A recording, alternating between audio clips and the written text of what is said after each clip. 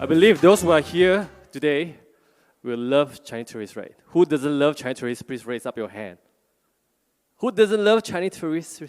No, seems like everyone loves Chinese tourists. Okay, I was asked to, okay, I can start now. Thank you.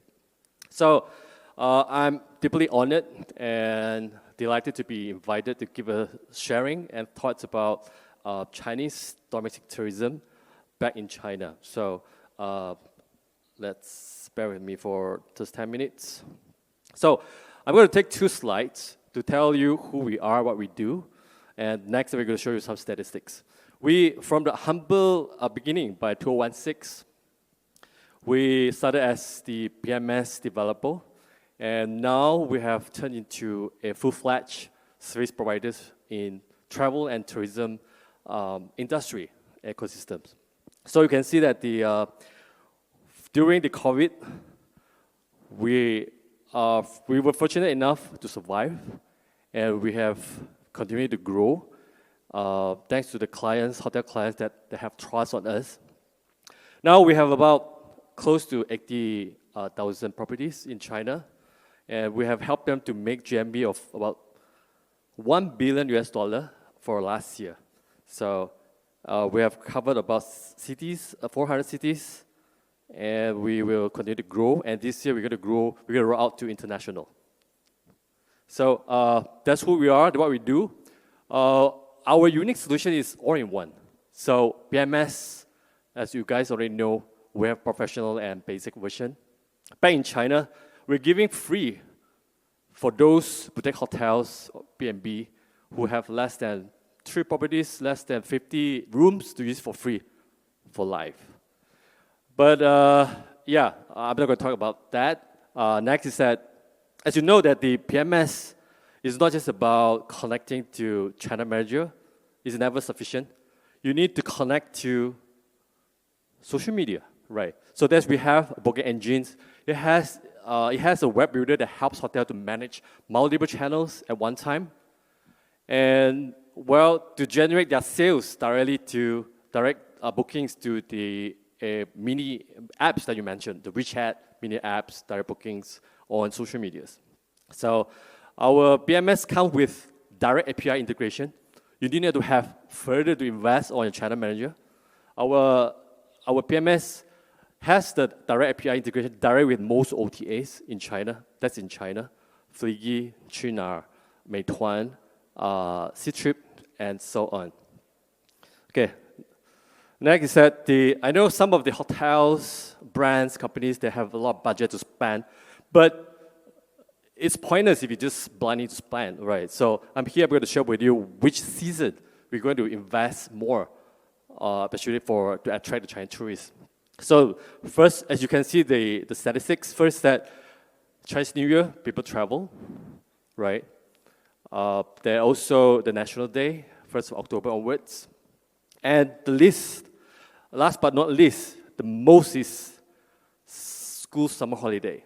So this is where you should spend most of your bullets on the ads, okay? So this is the statistic on the OCC data for each month, starting from 2020 to 2022. So some of the insight on channels, but this data, it's from our PMS, okay?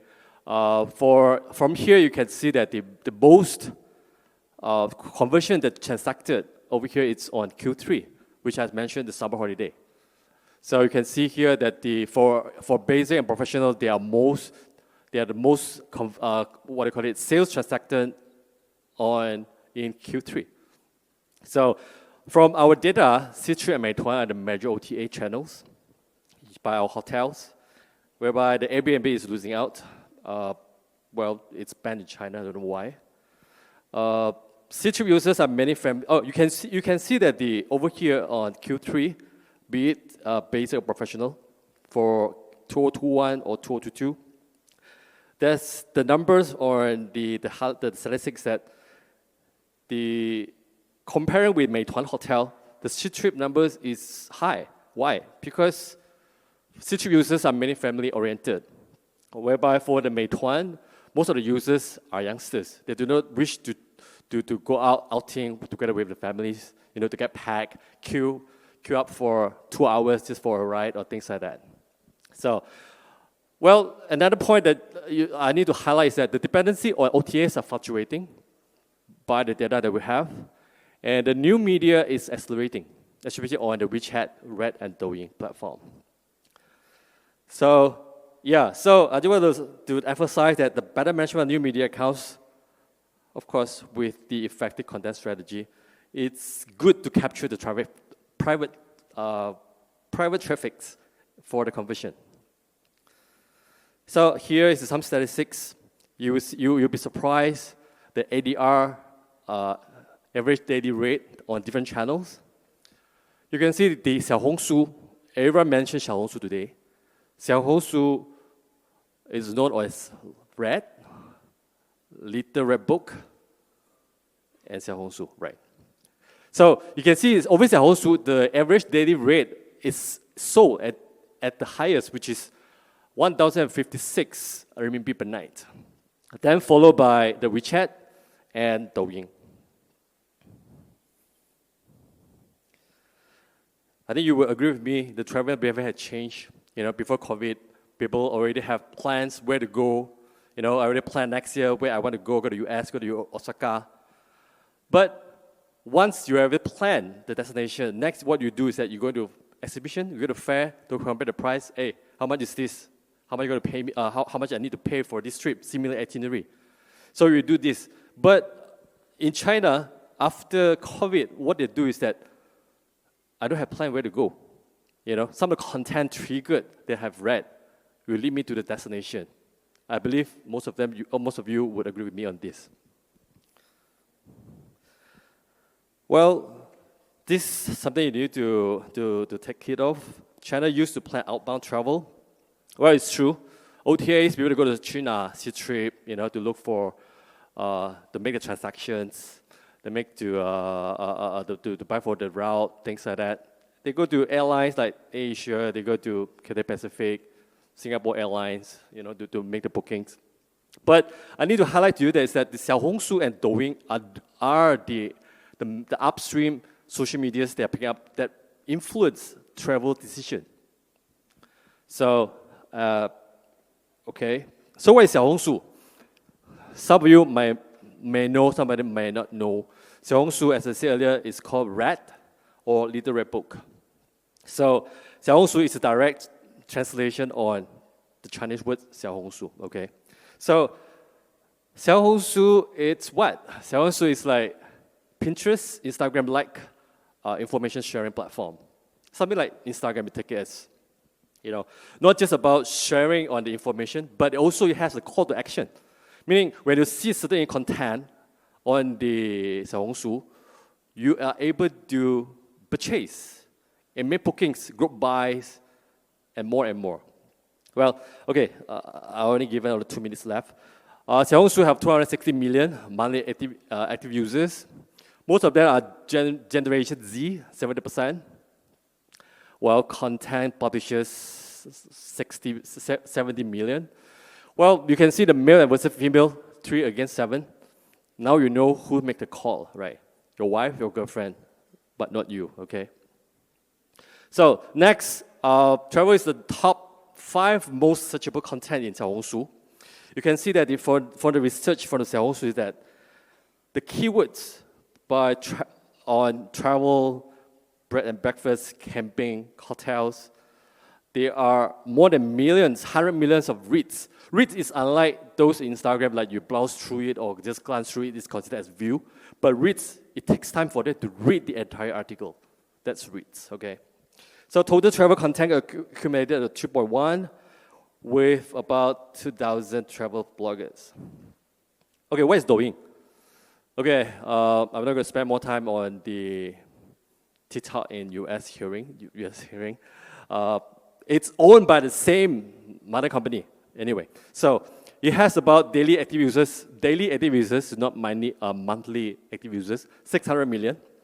Out of 600 million, it has about 270 million related audience aging from 18 to 40 years old.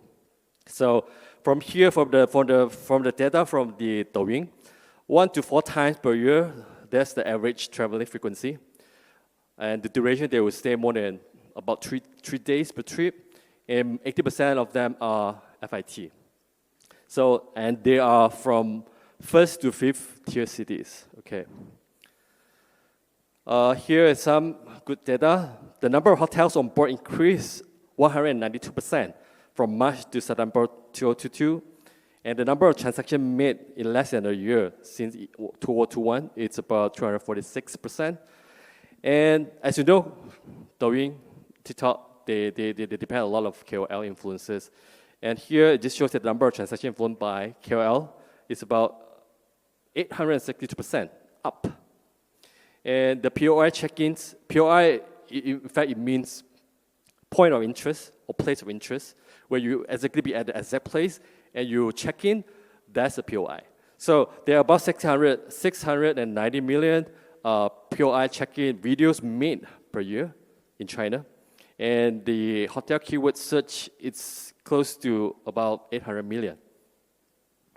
So what we have done in China, well, we have helped